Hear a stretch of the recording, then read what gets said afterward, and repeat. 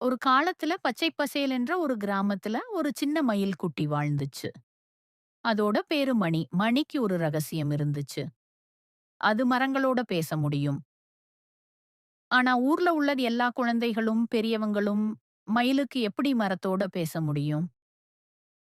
அது சும்மா கற்பனைன்னு சிரிச்சாங்க. ஒரு நாள் மணி தனியா காட்டுல போனப்போ, ஒரு பழைய பெரிய ஆலமரம் மெதுவா சொன்னுச்சு.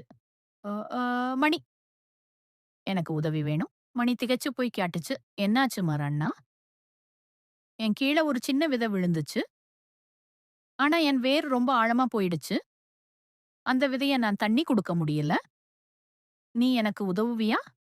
மணி உடனே சந்தோஷமா, நிச்சயமா உதவுவேன்னு சொல்லுச்சு. அப்புறம் வந்து ஒரு மணி தினமும் காலையில வந்து தன் சின்ன அலகுல அ தண்ணி நிரப்பி குளத்திலிருந்து கொண்டு வந்து அந்த விதைக்கு சொட்டு சொட்டா ஊத்துச்சு.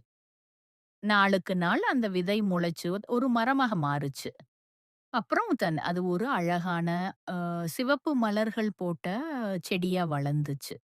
ஒரு நாள் அந்த செடி மலர்ந்து மணிய பார்த்து சிரிச்ச மாதிரி சொன்னுச்சு. "நன்றி மணி.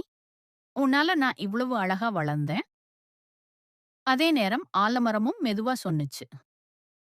"மணி, உன்னோட இதயம் ரொம்ப பெருசு.